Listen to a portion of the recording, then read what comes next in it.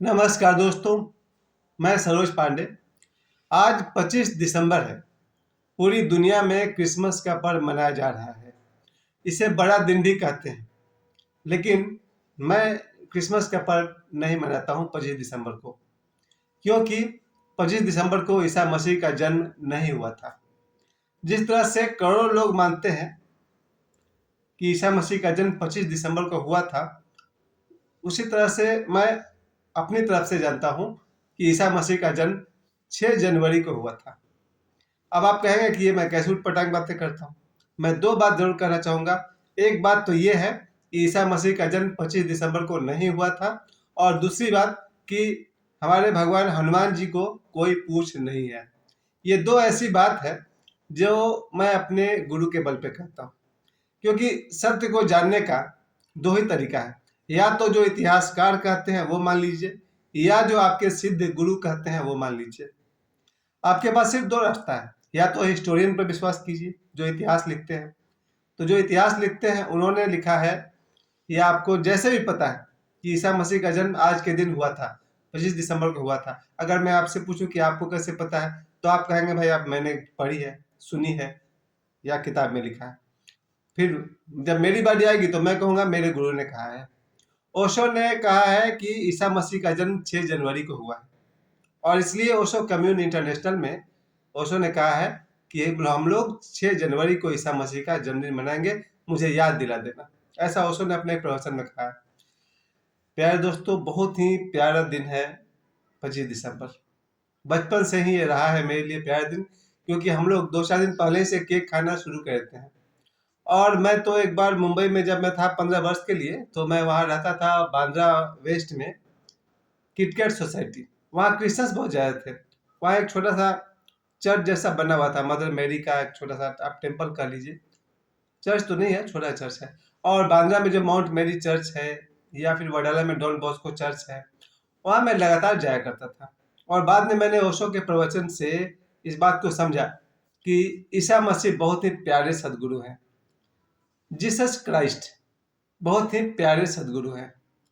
ये जब ओशो ने कह दिया तो मैं उनके सिवा किसी की सुनता ही नहीं हूँ।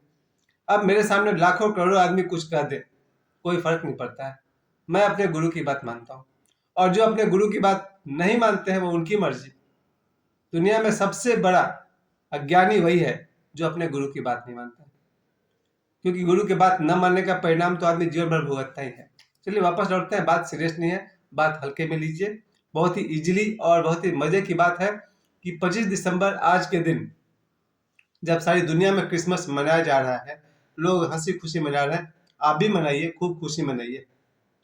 मुझे याद है कि बांद्रा में जब मैं रहता था उन दिनों बड़ा दिन मनाने के लिए, ये मैरी क्रिसमस, लोग अपने घर के ऊपर बहुत अच्छा सजावट का एक लाइट, वो लोग कैंडल बोलते थे, वो लोग कैंडल बनाते थे। और आज भी लगाए होंगे बहुत जगह में। और चर्च की सजावट, मैं तो खुद अपनी आंखों से बहुत सारे चर्च में मैं गया हूँ, और वहाँ मैंने देखा किस तरह से पर्व लोग मनाते हैं।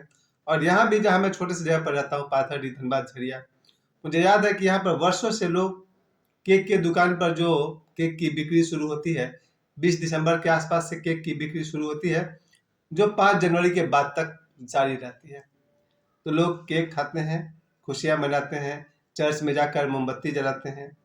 और पहली बात तो है कि खुश होने के लिए कोई भी कारण अच्छा है, क्योंकि उदासी और दुख तो जीवन में है ही, उसको और अपने ऊपर लादने की क्या जरूरत है।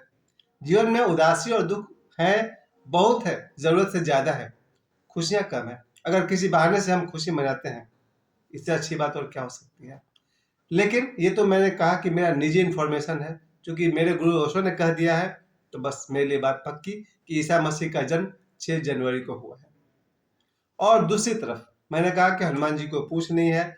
ये बात मेरे गुरुदेव डॉक्टर नारायण दत्त श्रीमाली जी, जिन्हें निखिलेश्वर नंदी कहते हैं, आप देखे होंगे बाबा बागेश्वर के कार्यक्रम जहाँ होते हैं। तो अभी दिल्ली में शाहदरा में जो उनका प्रोग्राम हुआ था, देवी दरबार, तो देखिएगा बाबा बागेश्वर के बगल में एक बैनर लगा हुआ है, वही है डॉक्टर नारायण दत्त श्रीमाली, यानी कि निखिलेश्वरानंद जी। श्रीमाली जी ने हम लोग को जब हनुमान साधना सिखाई है, उसके शुरू में 1-2 मिनट में ही कहते हैं कि हनुमान जी की कोई पूछ नहीं है। वो वानर जाति के थे, मध्य प्रदेश के रहने वाले थे। खैर वो लंबा विषय है, आज हम उस पर बात नहीं करेंगे। आज हम लोग बात करेंगे ईसा मसीह पर कि जब सभी लोग ईसा मसीह को याद कर ही रहे हैं, मैरी क्रिसमस मना ही रहे हैं, एक दूसरे को शुभकामनाएं दे रहे हैं। सुबह से कुछ लोग हैं जो मुझे भी विश किए हैं गुड मॉर्निंग मैरी क्रिसमस, और बहुत सारे लोग हैं, दुनिया में करोड़ों आदमी हैं, पूरा विश्व का एक बहुत बड़ा पर्व है ये। आप सभी जानते हैं कि विश्व में क्रिश्चियनिटी, ईसाई धर्म सिर्फ इंग्लैंड में ही नहीं है, सिर्फ अमेरिका में नहीं है, भारत में भी है। भारत में ऐसे ऐसे शहर है, गोवा है, जो बहुत ज्यादा क्रिश्चियन से प्रभावित है, और शायद सभी जगह। बिहार के साइड में बहुत कम है। बिहार में, चूंकि मैं बिहार का रहने वाला हूँ, छपरा जिला में, वहां पर मुश्किल से आप कुल मिला के एक दो चर्च है कि नहीं मुझे नहीं पता है। लेकिन जहाँ मैं भी झारखंड में हूँ, यहाँ का रांची जैसा एरिया है, धनबाद है, बहुत सारे चर्च है यहाँ पर। धनबाद स्टेशन के पास आप देखेंगे बड़े बड़े चर्च है, सिंदरी में चर्च है, और भी इधर नजदीक में लोकल है, बहुत सारे चर्च है। धर्म के विषय में किसी तरह की राजनीति नहीं करनी चाहिए। राजनीति अलग चीज है, धर्म अलग चीज है। राजनीति में धर्म का कोई उपयोग करता है चल जाएगा, लेकिन धर्म में राजनीति नहीं करनी चाहिए। कोई भी सदगुरु, चाहे वो भारत के हों या भारत के बाहर के हों, वह हमेशा आदर के पात्र होते हैं।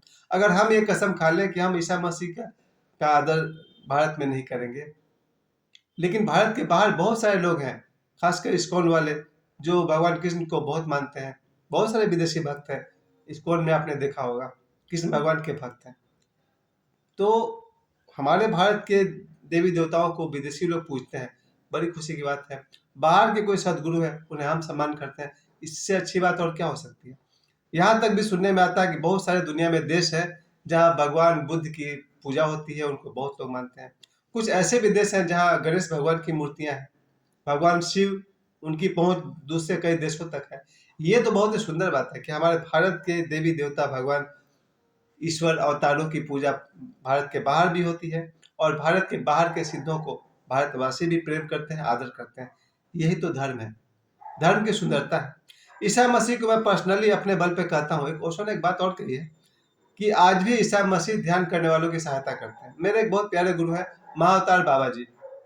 महाअवतार बाबा जी और ईसा मसीह के बीच बहुत गहरी दोस्ती है, दोनों समकालीन भी हैं। बाबा जी का जन्म हुआ है 203 ईस्वी में, और ईसा मसीह और ये दोनों में बहुत गहरी दोस्ती है। ऐसा मेरे अपने गुरुजी राहुलेश्वरानंद जी बताते हैं, परमहंस राहुलेश्वरानंद जी, जो 17 दिसंबर को ही बाबा बागेश्वर के साथ मंच पर थे। मैंने पिछले वीडियो में ये बात को अपलोड किया था। तो राहुलेश्वरानंद जी महाअवतार बाबा जी के साथ साधना कर चुके हैं, और महाअवतार बाबा जी की गहरी दोस्ती है ईसा मसीह से। योगानंद जी की आप किताब पढ़ी, द ऑटोबायोग्राफी ऑफ योगी, ईसा मसीह ने उन्हें खुद स्वयं आकर दर्शन दिए हैं। मेरे एक और दोस्त हैं, दोस्त के यहाँ मेरे पिता समान है, स्वामी अज्ञे भारती, ईसा मसीह से वो भी मिल चुके हैं। बहुत सारे मेरे एक दोस्त हैं, दोस्त ने फिर कहना पड़ेगा, बड़े भाई हैं श्री आर के खन्ना, ईसा मसीह से वो भी मिल चुके हैं। बहुत सारे लोग हैं जिनका ईसा मसीह से सीधा संबंध है। बहुत ही, अगर कोई आसानी से कोई सदगुरु आप पर रिझ जाता है तो वो है ईसा मसीह।